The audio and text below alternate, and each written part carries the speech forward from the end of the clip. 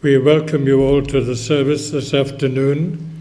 I would take the opportunity at this stage to point out that after the church service, tea and coffee will be available in the lower church hall, and refreshments will be available when the family returns from the cemetery.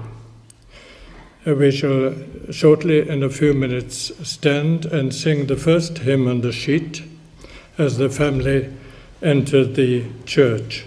You will notice that the first verse is in English, and then we continue in Welsh. The hymn, Jesus, Jesus, all sufficient beyond telling, is his worth.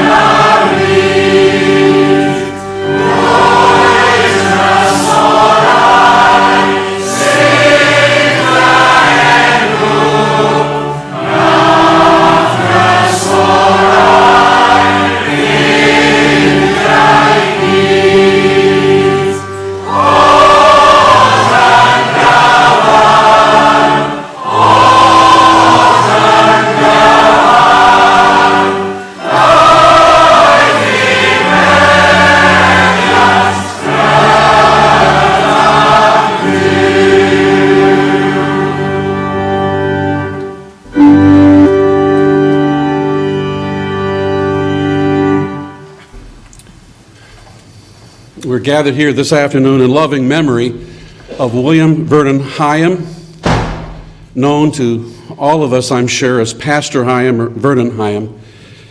He was born December 25th, 1926, and went to be with his Lord and Savior September 14, 2016. And would you remain standing as we pray and ask our gracious God to be here today as we honor his servant and exalt his Son, Jesus Christ. Our Father, our God, we come into this place today with hearts that are mixed with emotions of sadness and joy to honor a servant who's been among us, who for many years has lived a holy life and a faithful life, serving you and your Son, the Lord Jesus. We ask that you would come down in this place today. We'd have a sense of your manifest presence, that the Lord Jesus would be exalted, his gospel proclaimed, his servant honored. We ask this for thy sake and for thy glory. Amen. Amen. Please remain standing as we sing I saw a new vision of Jesus, a view I'd not seen here before.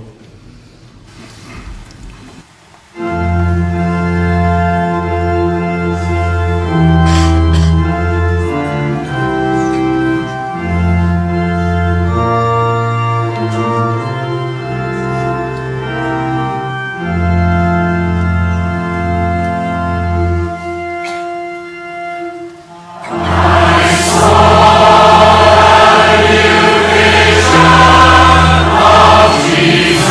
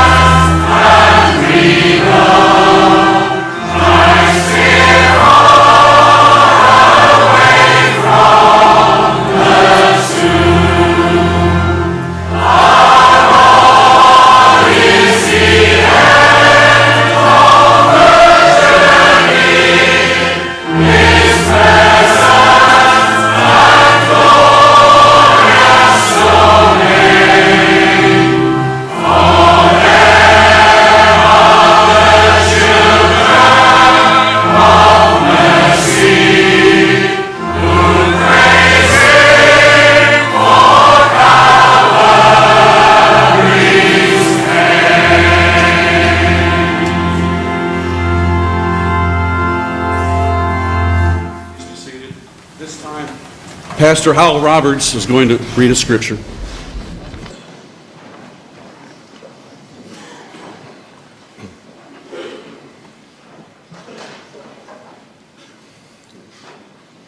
My wife and I have known your late Pastor Emeritus for over 40 years. Vernon Higham came to preach at Penzance Baptist Church in 1975, following a period of illness on his part. And from that time onwards, there have been many times when his dear wife Morwen and he came to us, and we do remember those happy times in the lounge in Castle Road, and also those most favoured times when we heard the preaching of the Word of God from his servant, Vernon Higham. Thank you for inviting me to take part in this service. It is a privilege to do so. And we extend our deepest sympathies to you, to Morwen, to Dewi, Alan, Sioned, and the whole family, now in your bereavement. Diolch am y fraint o gael cymryd rhan, a bydded bendith Duw arnoch wi oll eich cynnal a'ch cadw. The reading in the Word of God is taken from the 14th chapter of John's Gospel. Darllenir o'r bedwaredd bennod ar 10 o Efengil Ioan. Na thralloder eich calon. Yr ydych yn credu yn yw, credwch yn o finnau hefyd. Yn hyf yn had y mae llawer o drigfannau, a phe amgen mi ddwedaswn i chwi. Rwy fi yn myned i baratoi lle i chwi.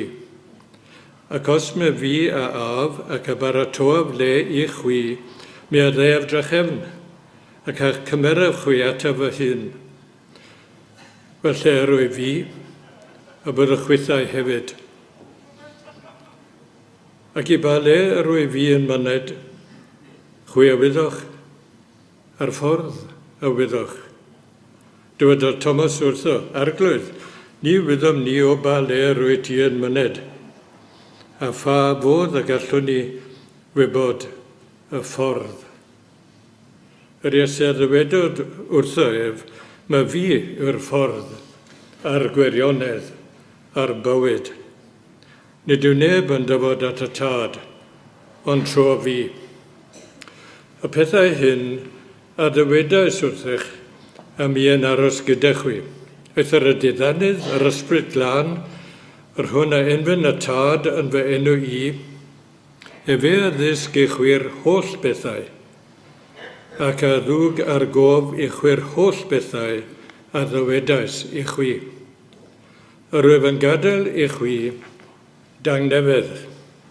Pan hangnefedd yr ydwyf yn ei roddi i chwi, nid fel y mae y byd yn roddi, rwyf fi yn roddi i chwi. Na thralloder eich calon ac nac ofned. Bydded bendith Duw ar y darlleniad o'i air sanctaidd. Codyn I ganu'r emyn nesaf, we stand to sing the next hymn in Welsh. Wrth flaen o ddiw rwy'n dyfod, gan sefyll o hir bell. Pechadur yw fy enw, fe feddaf enw gwell.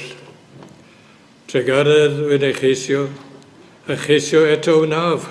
Tregaredd I mi dyro, rwy'n marw, onys caf. Codwn I ganu.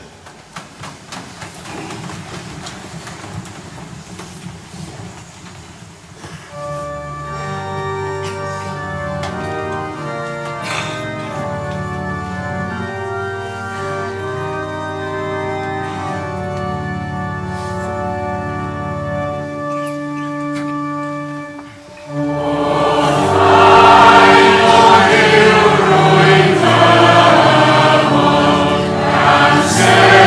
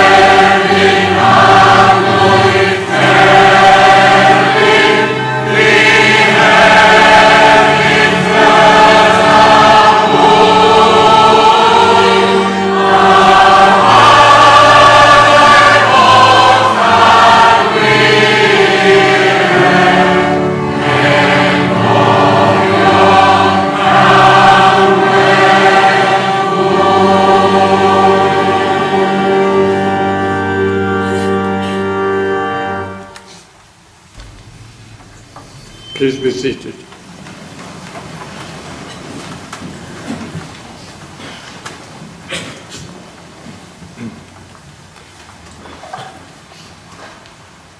And now let us turn to God in prayer. Let us pray.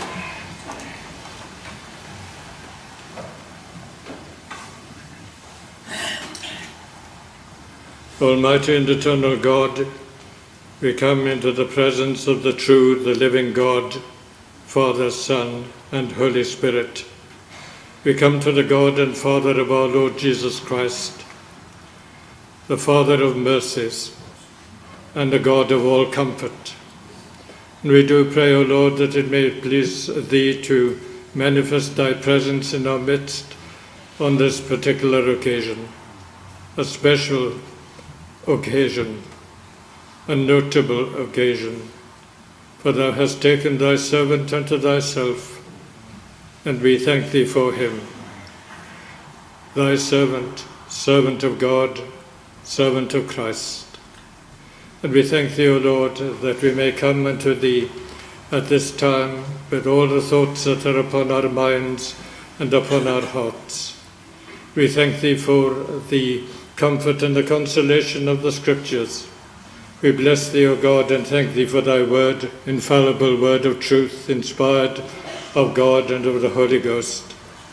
And we bless Thee, O God, that as we come into Thy presence, acknowledging that we are sinners by nature, and those of us who are believers are objects of Thy mercy. Truly we are objects of mercy.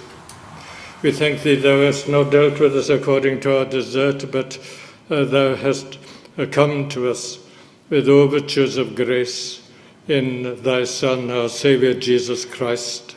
We thank Thee for the counsels of eternity between the Father and the Son in the presence of the Holy Spirit to convene and to arrange a way for the salvation of this sinful, wicked, fallen world of mankind. We thank Thee for the redemption that is in our Lord Jesus Christ, deliverance from the power, from the guilt, from utter condemnation. And so it is, O God, that it is with a sense of privilege and thanksgiving that we come into Thy presence. We thank Thee for Thy word. Thou art a God who is not silent. Thou hast spoken in creation and in providence and in redemption. Thou hast spoken through the prophets of Israel in ancient times. Thou hast spoken supremely and finally for this present age in Thy blessed Son and our Saviour, Jesus Christ.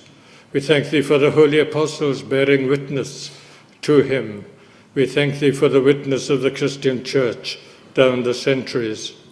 And the words of our Lord Jesus Christ, words of strength, words of comfort, ring down the centuries as we are mindful of the words of the Lord Jesus. Let not your heart be troubled. You believe in God, believe also in me. And why should we do so, O Lord? Well, He said, truly He said, I am the way, the truth, and the life. I am the way to God. I am the mediator between God in His holiness and man in his sin. And we bless Thee, O God, that He is the way. We thank Thee that He is the truth, that He is the full and final revelation of God to mankind for this present age. And we bless Thee that He is the life, resurrection, life and power, eternal life and salvation. He is our life. He is our salvation. And we bless Thee, O God, and thank Thee for our Saviour, Jesus Christ, and all that He is to us in the covenant of grace. It's a most wonderful and a most marvelous thing, O God, to know Thee, the one true God, and in Thy Son, our Saviour, Jesus Christ. We thank Thee for the particular promise of Thy word, which our Lord gave to His disciples on the evening before the crucifixion, when He said, Peace I leave with you, my peace I give unto you. Not as the world giveth, give I unto you. Let not your heart be troubled, neither let it be afraid. O Lord, we are mindful that we live in a troubled world. We look at our own society, we look at the world in which we live, and we are troubled.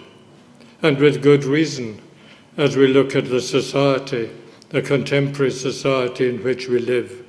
But we thank Thee, O God, that we may know peace, peace with God, peace of mind, peace in our hearts. And we thank Thee, O God, that it is a true and a substantial peace, and it is the only peace that matters, to be at peace with one's Maker, and that for time and for eternity. And so it is, O Lord, that we truly a blessed people. We thank Thee in the midst of our grief, thank Thee in the midst of our sadness, that we may look to Thee, and look to Thee as the source of all true comfort. Roi mir hedd na ŵr y byd amdano. And so we thank Thee for Thy servant. Thank Thee for Thy servant Vernon Higham, for his godly life, for his faithful ministry, his love for the Saviour, love for his family, love for the Lord's people in the several churches to which he ministered over the years and to which he was a pastor in Christ. We thank Thee for his gifts in preaching. We thank Thee for his gifts in hymn writing. And we thank Thee for his longing, a longing for the restoration of true religion, for the renewal of true spirituality in the churches of Christ. His longing that God would appear. Rhyw hiraeth yn y galon, a bues y Ti o Dduw yn dyfod, unwaith eto, fel y gwnes yn y dyddiau fi. And not only, O God, to manifest Thy presence, to bring glory to Thy name and to Thy Son, our Saviour, Jesus Christ. We are mindful that life is made up of relationships, and we lovingly remember Morwen, and we remember every member of the family, both young and old, at this time, as they feel the loss of Vernon. We commit each one to Thy love, each one to Thy care, and we look to the time when we shall ever be with the Lord. And if we've heard the voice of Jesus, may we look forward with faith and with hope and joyful expectancy to the glory to come, and that through Jesus Christ, our Saviour and Redeemer. Amen.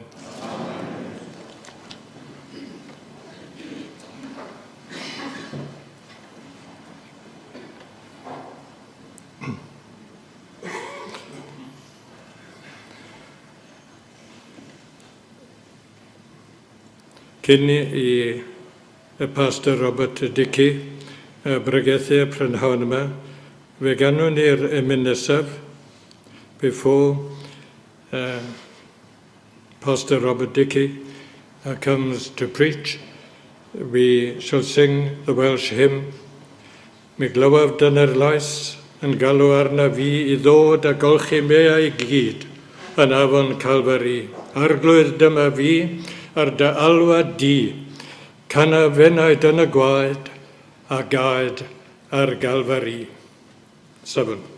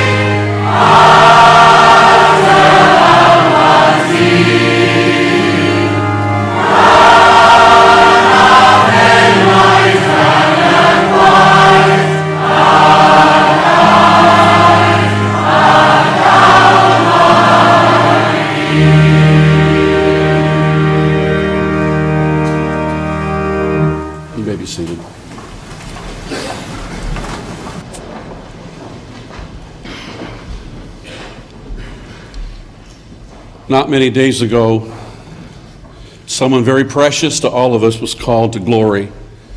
He leaves behind many friends, many brothers and sisters in Christ around the world, and a precious family. Surviving Vernon Higham is his precious and dear wife, Morwen, his children, Dewi, Shonit, and Alan, two daughter-in-laws, Mari and Helen, and his grandchildren. And I can tell the grandchildren who are here today, every time Vernon was visiting with us in Michigan, how often he thought of you and prayed for you and called home to talk to his sons and his family, but he had these grandsons and daughters on his mind.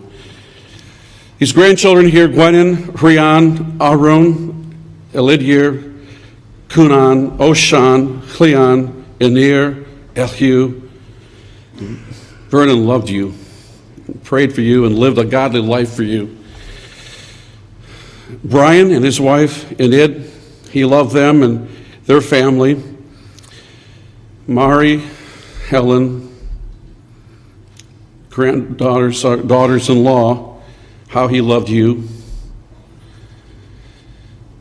Dewi, Shonit, and Alan, you know how your dad cherished you. And Maura and I cannot even begin to tell you what your life has meant to me, and how just yesterday when you said to me in your home, you would not bring Vernon back for anything. But then you followed that up and said, oh, how I miss him and how I love him. And he loved you, and there's nothing we can say today to take away the sorrows you have, but we can rejoice in the great gospel and hope that we have in Jesus Christ, that your loved one is with the Lord. Vernon did not want a lot of things said about him at this particular moment, and I want to follow those wishes, but I did write down some things that would be appropriate to remember this remarkable life of this wonderful man of God and his amazing ministry that he had during these years. One of the great preachers of our time has passed from us. So in keeping with Vernon's wish, I'll keep these comments brief, but there's so much that could be said today. My brothers in Christ and fellow pastors back here, all of you could share equally as well as I. And I know that you have many things that you will share with the family, but I'm humbled by the opportunity to share during these moments, and I thank you, gentlemen, for being here with your families and wives. I have known Vernon Higham in Christ for 34 years, intimately for 26. He spent a year and a half of his life ministering with us in Grand Blanc, Michigan at Berean Baptist Church. I told Dewi the other day that during that year and a half, the many sermons, the many times of Bible study and times of devotion, the Sundays, the Wednesdays, when we added it all up, it was nearly 1,000 sermons he preached in the United States. And during those days, Vernon and Morwen traveled with my wife and I and people in our church all over Canada, the United States, the Midwest, Michigan. And the memories that I have of Morwen, your husband, those memories that I have shared with you are precious beyond words, and I will cherish them as long as I live and carry them with me to glory. When I think of Vernon's life and that year and a half he spent with us in Michigan and the many conversations we had, there are a number of things that stood out to me that I wanted to put down and share with you today. Of your father, your husband, your brother, your grandfather, your pastor and friend.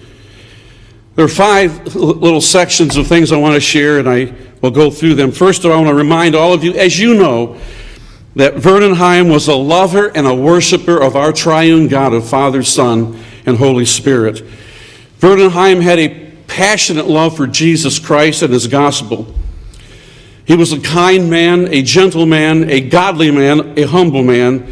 He was a man who walked with God, and truly he was a man who was Christ-like.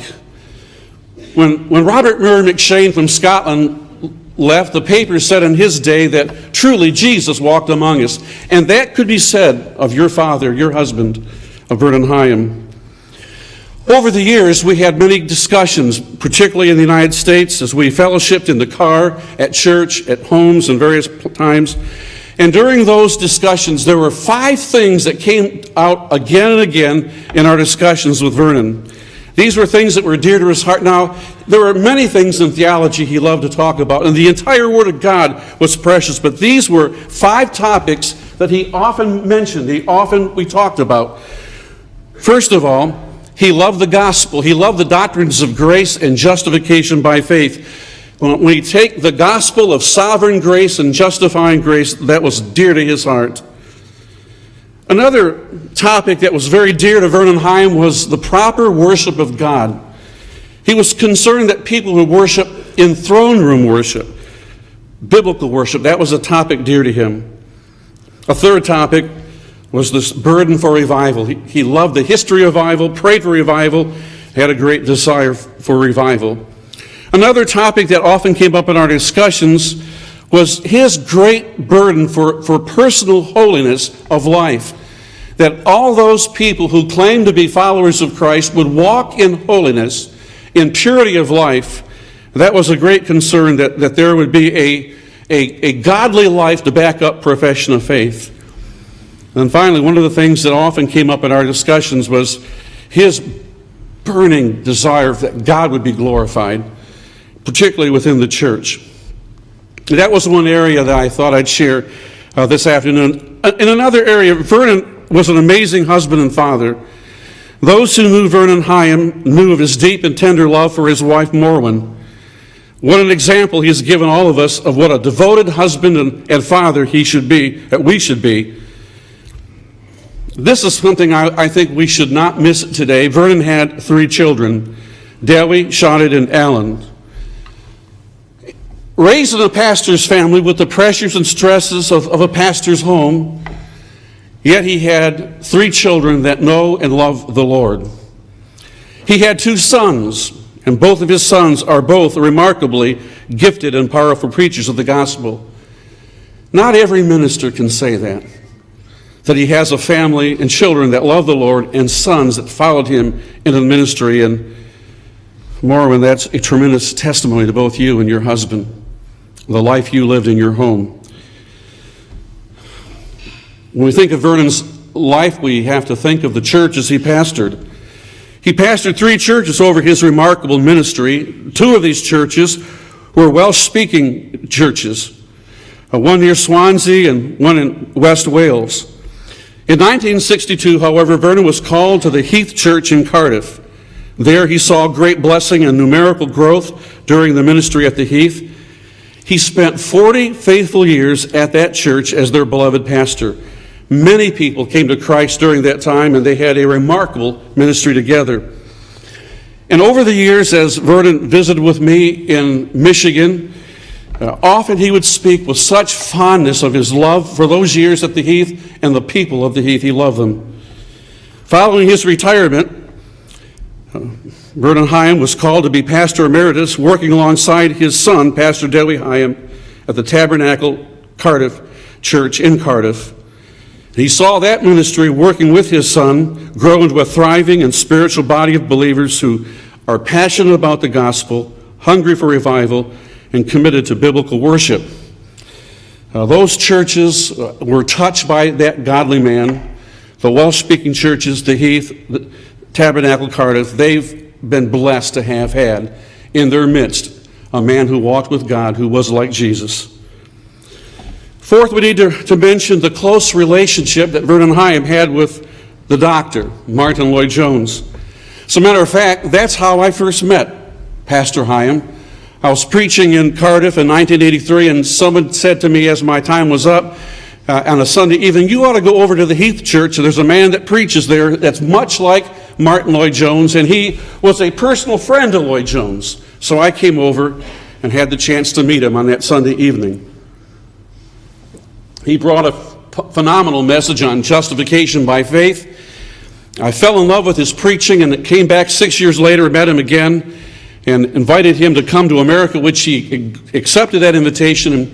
And for 21 years without fail, he came over 4 to 6 weeks every year and ministered to our church. But he had a great relationship with Dr. Martin Lloyd-Jones. And we all know here the tremendous friendship they had. But yesterday, as I was with you more, when the phone rang, and Dr. Lloyd-Jones, his daughter, Ann, rang you on the phone, and she said, "Is Bob Dickie there?" And you said, "Yes, he is." And she said, would you tell him to remind all those who come to this service that my father, Martin Lloyd-Jones, always considered Vernon Higham his very best friend. I was so moved by that phone call, by that word to be shared with all of you today. We all know that before the doctor died, he asked Vernon Higham to do the funerals for both he and his wife, which he did. On one occasion, Dr. Lloyd-Jones sent this note to Vernon. I want to read it to you this afternoon. It speaks for itself.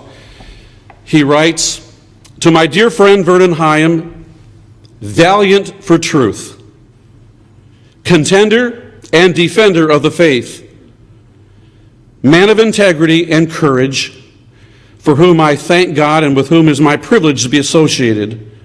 With warmest greetings, David Martin Lloyd-Jones, November 1st, 1971. We can't say goodbye to this amazing man of God without remembering the special relationship he had with someone else who was also very dear to all of us. Fifth, Vernon Higham is remembered by all of us as a spiritual pastor, a prolific hymn writer, author, and spiritual mentor. No one here could ever doubt the amazing and blessed ministry this dear man of God has had over the years and the tremendous influence he's had on all of our lives. To me, Vernon Higham was more than just a friend. He's more than just a spiritual mentor. When I have special burdens or concerns or issues that I have to wrestle with, there's a wide number of people I might seek advice from. But it always seems to come down to about three, and two of those three are Dewi Higham and Vernon Higham. Vernon Higham was to me a spiritual father in the faith, a tremendous blessing to me, and the blessing he had on my life, my family, my church, my ministry, I could never begin to thank him or share with you how deeply it goes. On behalf of everyone here, Morwen, I want to thank you. I want to thank Dewi and Shawnit and Alan and all the Higham family for allowing your husband and father and grandfather to come over to America for a year and a half of his life and to minister to our hearts. I want to thank you on behalf of everyone here for allowing your husband to pastor and preach all over this British Isles, to be a blessing to so many people. He was, in fact, a choice servant of God. And Morwen and Dewi, Alan, Shawnit, God bless you for that sacrifice, allowing him to come. I give praise, finally, to our mighty God for his wise and sovereign grace that chooses a man, calls a man, equips a man, and sends that man out to preach the unsearchable riches of Christ. And Vernon Higham preached the unsearchable riches of Christ. You all can testify that when that man got in the pulpit, the presence of God came down and he glorified the King of Kings. John 1:6 says there was a man sent from God whose name was John. This could be said of Vernon Higham. Vernon was a man sent from God, and we will miss him. We'll miss his friendship, his powerful preaching, which always brought a sense of God's presence. We'll miss his spiritual wisdom, his wit and humor. We'll miss the powerful impact of his leadership, for he was, in fact, a spiritual giant who walked among us. Today, this afternoon, we say goodbye to Vernon Morwen for just a little while. For just a little while. Vernon often said to me on various occasions, there are times I ask myself, he said, I wonder what Dr. Lloyd-Jones would say about this. I wonder what he would think about that. I wonder what he would do in this circumstance.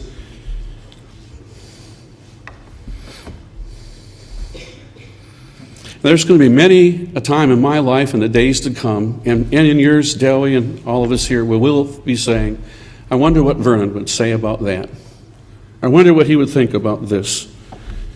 He's left for us a tremendous legacy and a tremendous heritage for us to follow. He's passed the torch to his sons, to all of us, to carry the banner and the light of the gospel of Christ to the nations of the earth, beginning here in your Jerusalem of Wales. I want to take a few minutes as we close to share the precious gospel that dear man of God loved. I I was trying to think what would be appropriate to share with you here, and the verse that the Lord laid on my heart, I trust will be a verse that will warm your soul and encourage all of us as we think about the glories of Calvary love. The psalmist in Psalm 116 had gone through a period of great struggles and trials, and he was delivered. And in this Psalm 116, he celebrates and praises God for great victories and blessings. But in the midst of the psalm, he gives us a verse that is just pregnant with meaning and blessing. In verse 15, the psalmist says, he says these words. More on these words come to us as a comfort today. He says, precious in the sight of the Lord is the death of his saints. Precious in the sight of the Lord is the death of his saints.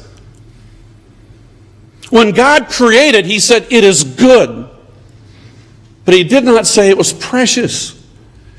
Death to us brings sorrow. It brings an end to relationships and memories. You remembered what you said, Morwen, I will miss him. How can death be precious? For many people who don't know the Lord, death is a horrible thing. It's an uncertainty. Many people fear what's beyond the grave. They don't know. They don't know if there's a heaven and hell, and they fear. But for the saints, death is precious. First of all, what is a saint? Precious in the sight of the Lord is the death of his saints. There are some people in some segments of Christendom who they believe that the church has an ability to take a certain person here or there in history, set them apart, canonize them, and make them a saint, and declare them to be something better than all the rest. But when Paul wrote the epistle to the Philippians, he said to all the saints in Christ Jesus, with the bishops and deacons, to all the saints in Christ Jesus, with the pastors and the deacons, according to the word of God, not according to some view of man, according to God's word, a saint is somebody who has faith in Jesus Christ, somebody who is a Christian, somebody who's been washed in the blood of Christ and dressed in his righteousness. And Vernon Higham was a Christian. He was a saint. And our God tells us here in this moment of our sorrow and loss that precious in his sight is the death of his saints. In the midst of our tears, as we mingle them on our pillow at night, as we have memories and we think, these days, Dewey and I and Alan, we have reminisced and gone over blessed and precious times of fellowship together. And during those times, our eyes filled with tears as we remembered Vernon. But precious to God the Father and God the Son and God the Holy Spirit was the death of Vernon Higham, as he called him, to glory, for he was a saint. But if Vernon were here in this pulpit this afternoon, he'd nudge me, and he'd say, Bob, make sure you tell them how they become saints, how it is that they become a saint of God. In the 3rd chapter of John's Gospel, the Lord Jesus had an interview with a man named Nicodemus. He was a Pharisee. He came to Christ at night. We're not sure why he came at night. Maybe he was fearful of what the other Pharisees might say, but in his heart, he was troubled by the things he had seen in Christ, perhaps the miracles he witnessed, what he was hearing. And in his heart, he was thinking, is this man Messiah? Is this man the Son of God? And he came to Jesus at night, and he doesn't ask a question. He makes a statement. He says, Rabbi, we know that you're a teacher come from God, for no man can do the miracles that you are doing unless God is with him. Well, there's no question there. But Jesus, able to read his mind and his heart, knew what was puzzling him. He knew what was deeply going on in his soul. And Jesus cut right to the chase. He said to Nicodemus, he said it 3 times, you must be born again. Nicodemus, you must be born again. If you're not born again, you'll not enter the kingdom of God. You'll not see the kingdom of God. You must be born again, Nicodemus. And this Pharisee, this religious leader, said, what does that mean? Do I have to go back into my mother's womb and be born a second time, a physical birth? And Jesus said, are you a master in Israel and don't know these things? He was talking about spiritual birth. To become a Christian, you need to have a spiritual rebirth, where the Spirit of God comes and opens the eyes of your soul that you see glory in the face of Jesus, where the Spirit of God gives you life. He plants his life in your soul, and you flame alive, and you repent of sin. He gives you the gift of faith and repentance, and you believe on Jesus, and you see Him as you've never seen Him before. That comes as a result of the new birth. How many people sit in our churches? They have an intellectual knowledge of the Bible. They have an intellectual knowledge of Jesus. They know all the doctrines, but their heart is cold as ice, dead as a stone, because they've not been born again. What was pulsating through the heart of Vernon Higham was the life of God in the soul of man. He knew the life of God in his heart. He was born again. The Lord Jesus gives Nicodemus some instruction about the new birth. He says, not something you do yourself. It's a miracle of grace. And in John 3:8, he says, the wind blows where it listeth, where it wishes, where it wills. You can hear the sound of the wind. You can feel its breezes in your hair. You can see the trees blowing in the breeze, but you can't control the wind. You can't grab it and tell it to stop or go this way or that way. And using that analogy, Jesus said this, so is everyone who is born of the Spirit. Just as the wind is beyond our control, the new birth is beyond it's in the hands of God. Knowing that the new birth is a sovereign act of a sovereign God, to the grandsons, the families here, all of you, do you understand? Salvation is not something you can do for yourself. You can't save yourself. It's a miracle of sovereign grace, and if you have any concern about your soul, there is a heaven to win and a hell to lose, and I would urge you, my dear friends, to follow the path, the life of Vernon Higham. And when I began as a pastor to understand the significance of the sovereignty of God in salvation, then I began to realize we preach, we witness, we share the Word of God, we scatter the seed, and we bathe it in prayer, but then we plead, Almighty God, send your Spirit to convict men. If I was not a Christian, I would bow my heart before a sovereign God. A young man once in Pittsburgh, Pennsylvania, when I was preaching, kind of scoffed. He said, well, when I feel like it, I'll get saved. And I said to that young rebel, I said, do you understand something? Salvation is not on your timetable. It's not in your hands. God doesn't need you, but you need Him. You need to get on your face and beg God for mercy to number you amongst His elect, or you will perish in the lake of fire forever. How does a person become a saint? By the supernatural workings of the Holy Spirit. The Holy Spirit comes, and He gives us life, and He opens up our heart, and we see Christ. Jesus, moving on through John 3, He tells the story of Moses in the wilderness. He said, just as Moses lifted up the serpent in the wilderness, even so must the Son of Man be lifted up. Of course, the story is that the people of Israel had been rebelling against the Lord, and these fiery serpents, whatever they were coming in and biting them, and the people were dying. And they came to Moses and said, Moses, can you do something? And he went to the Lord, and the Lord said, Moses, take a piece of brass, pound it into the shape of a serpent, nail it onto a pole, lift it high, and when people look at that bronze serpent, they'll live. Just look and live. And it's a picture of Christ. He's the bronze serpent. Just as the serpent was lifted up in the wilderness, Jesus said, even so must the Son of Man be lifted up. When a person is born again, God gives them faith and repentance, and they will look.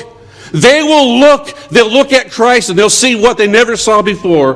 When Spurgeon got saved, he said, he looked at me, and I looked at him, and we were one forever. The new birth allows and enables a person to look to Christ. And with that look comes saving faith. Again, Jesus wraps up that whole section in John 3 by saying, for God so loved the world that He gave His only begotten Son, that whoever believes on Him should not perish but have everlasting life. How do you become a saint? By the grace of God. If your heart is cold or dead, you don't worship, you have no hunger for the word, oh friend, this is not something you can do on your own. You're in spiritual danger.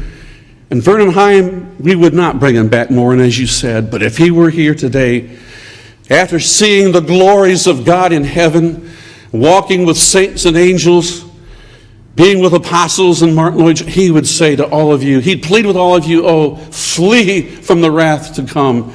Put your faith in Christ. Seek God for mercy. Well, the third and final thing, I would just simply say this.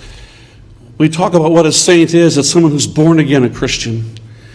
How do you become a saint? By the new birth, the gift of faith and repentance. Why is death precious then? You know, there's so many things I could share. Death is precious because for Vernon Higham, it's an end of sorrow and sadness and suffering and pain and crying and tears.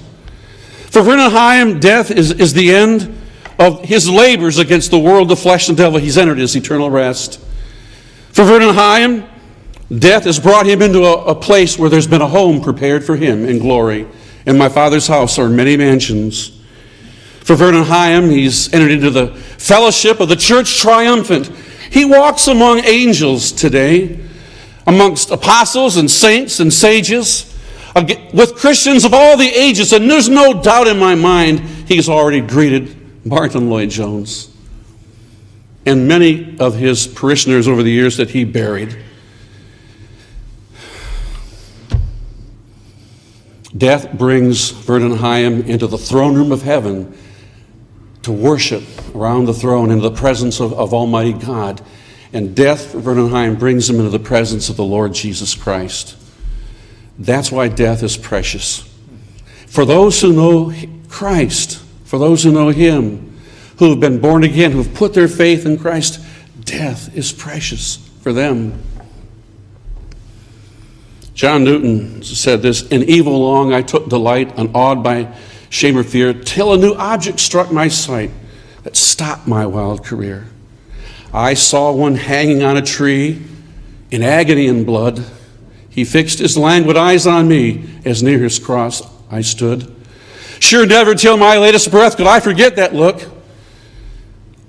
Could you ever forget a gaze on the cross of the Lord Jesus? He says, oh, can it be? Upon a tree, the Savior died for me. My heart is filled, my soul is thrilled to think He died for me." Death is precious for all of God's saints. And today, as we say goodbye to a dear man of God, a dear husband and father, grandfather and friend, death was precious for him. Death was precious for him. He had an abundant entrance into the kingdom of God. Vernon, if he were going to come up here and finish this message, if I said, Vernon, would you come up and just tell us how you came to faith in Christ? Just share with your family, with your friends, all these who are here. How was it that you came to faith in Christ? He'd say, Bob, I've told you. You've heard me preach it, but I've written it down in poetic verse. I've written it down in poetic verse so all will know. He would say, great is the gospel of our glorious God, where mercy met the anger of God's rod. A penalty was paid and pardon bought, and sinners lost at last to Him were brought. He'd say, Bob, I came to faith in Christ through that great gospel of the Lord Jesus. That precious Lamb of God who lived my life and died my death, who was crucified, buried, and resurrected. And then he would say this, oh, let the praises of my heart be thine, for Christ has died that I may call Him mine, that I may sing with those who dwell above, adoring, praising Jesus, King of love. As I stand in this pulpit this afternoon here in Cardiff, Wales, Vernon Higham is in the presence of Almighty God and the Lord Jesus. And what is he doing? What he wrote, what was dear to his heart. He's adoring, praising Jesus, King of love. Morwen, God bless you. Debbie and Alan, God bless you. Sean and all of you. May we all follow that dear man to glory. May we May we commit our lives to be faithful, devoted believers, followers and lovers of Christ. May God give us grace and glory to be a people that would honor that dear man of God and the gospel and the Savior he adored. Would you join me in prayer, please? Our Father, our God, we thank you for the memory of a faithful servant of God who walked in our midst. Father, this was your hour, your appointed time to call him to glory.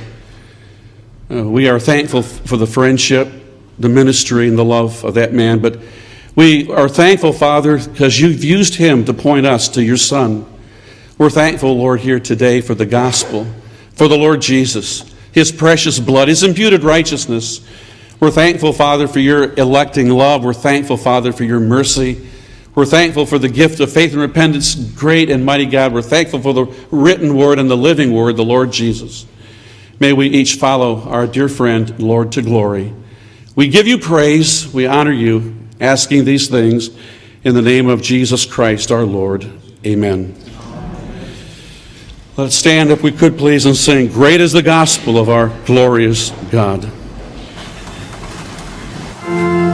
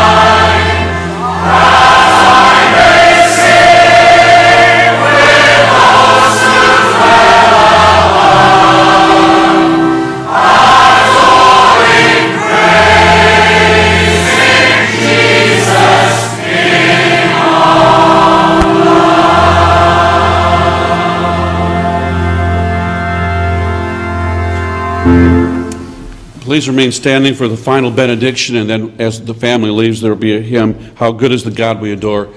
Now unto him that is able to keep you from falling and to present you faultless before the presence of his glory with exceeding joy. To the only wise God our Savior be glory and majesty, dominion and power, both now and forever. Amen. Amen.